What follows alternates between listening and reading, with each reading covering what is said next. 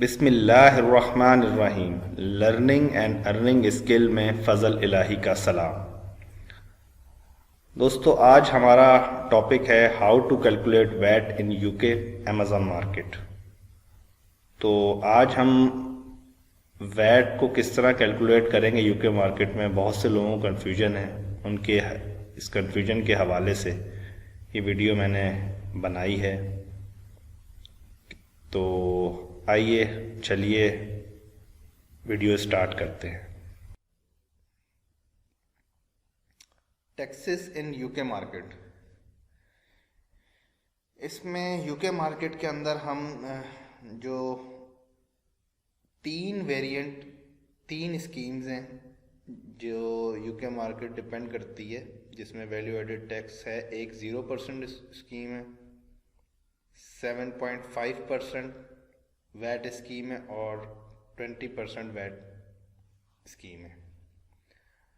तो नॉर्मली जो लोग बिगनर्स होते हैं, न्यूबीज़ होते हैं और अपना बिज़नेस स्टार्ट करते हैं यूके मार्केट में, तो वो 0% वैट के ऊपर ही जाते हैं, क्योंकि वो इतनी अर्निंग नहीं हो रही होती उनको बिज़नेस की, तो वो वैट रजिस्टर्ड नहीं होते। और एक जब वो थ्रेशोल्ड लेवल आता है उनके बिज़नेस का, जैसा कि अगर वो 85,000 पाउंड से ऊपर की एनुअल अर्निंग जो है वो स्टार्ट हो जाती है, तो देन आप एलिजिबल हो जाते हैं यूके मार्केट में 20% वैट के लिए, या आप 7.5% वैट में आपने रजिस्टर करवाना है अपने आप को। तो बहुत से लोग जो है फ्रॉम बिगनिंग से ही 20% वैट के ऊपर रजिस्टर हो जाते हैं। तो आइए चले आज देखते हैं कि इसकी कैलकुलेट हम किस तरह करते हैं और इसके बेनिफिट्स क्या हैं। तो FBA फ़ी हम एक एजम्पशन ले लेते हैं कि FBA फ़ी अगर किसी प्रोडक्ट की है 2.49 पाउंड और रेफरल फ़ी यानी कि सेलिंग ऑन अमेज़ॉन की जो फ़ी है वो 0.25 पाउंड है, तो 0% वैट की स्कीम में जो क्राइटेरिया है उसमें अगर सेलिंग प्राइस ऑफ प्रोडक्ट है 25 पाउंड, तो tax on FBA plus referral fee का जो है 20%, हम जो हमारी 0.25 रेफरल फ़ी है और 2.49 जो हमारी FBA फ़ी है उसको सम अप करेंगे और उसका परसेंटेज हम निकाल लेंगे 20%। 0.20 से मल्टीप्लाई करेंगे तो हमारी 20% परसेंटेज निकल आएगी, जो कि होगी 0.548।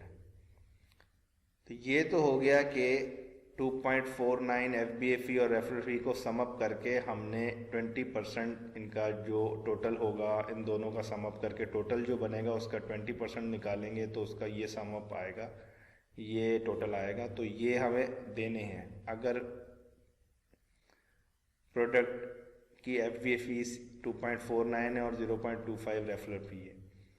अब आ जाएं आप सोर्सिंग पे। Tax on sourcing price 20% on sourcing price पे भी हमें देना होगा। जब हम कहीं से कोई चीज़ ख़रीदेंगे किसी सप्लायर से यूके के अंदर, तो हमें उसे 20% वैट देना पड़ेगा। फॉर एग्ज़ाम्पल $10 की अगर हम सेलिंग प्राइस, सोर्सिंग प्राइस जो है $10 है, अगर हमने कोई प्रोडक्ट $10 के लिए, तो उस पर हमें 20% हमारा 2 पाउंड बनेगा, तो हमें 12 पाउंड देना पड़ेगा सप्लायर को या ब्रांड को। ठीक है, ये आपका सोर्सिंग का जो है वैट आ गया। अब टोटल टैक्स जब हम किस तरह निकालेंगे, इन दोनों का सम अप करेंगे, सोर्सिंग का और FBA फ़ी का। FBA एंड रेफरल जो फ़ी है और जो सोर्सिंग का जो टैक्स है उसको हम सम अप करेंगे दोनों को।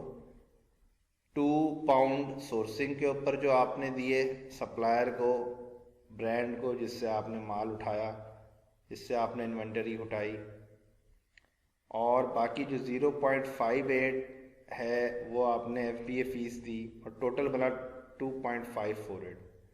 तो टोटल जो आप टैक्स पे करेंगे वो 2.548 करेंगे 0% वैट स्कीम के तहत। अब आ जाते हैं हम 7.5% वैट पे। तो 7.5% वैट पे क्राइटेरिया ज़रा सा डिफरेंट है। 0% वैट पे हम FBA और रेफरल फ़ी के ऊपर जो है 20% देते हैं, और 7.5% पे हम ओवरऑल जो सेलिंग प्राइस होती है प्रोडक्ट की, जैसे 25 पाउंड हमारी सेलिंग प्राइस है, तो हम इस पे 7.5, जैसा कि नाम से भी आपको आप पता लगा सकते हैं, देख सकते हैं 7.5%। हम 25 पाउंड प्रोडक्ट की आपकी है प्राइस, हम इस पे 7.5% वैट देंगे तो 1.875 हमें टैक्स पे करना पड़ेगा इस वैट स्कीम के तहत। और सोर्सिंग पे वही हम 20% हम प्रोडक्ट के जो जहाँ से हम लेंगे ब्रांड से या सप्लायर से या डिस्ट्रीब्यूटर से, उसको हम देंगे 20% फ्लैट हम वैट देंगे उसे।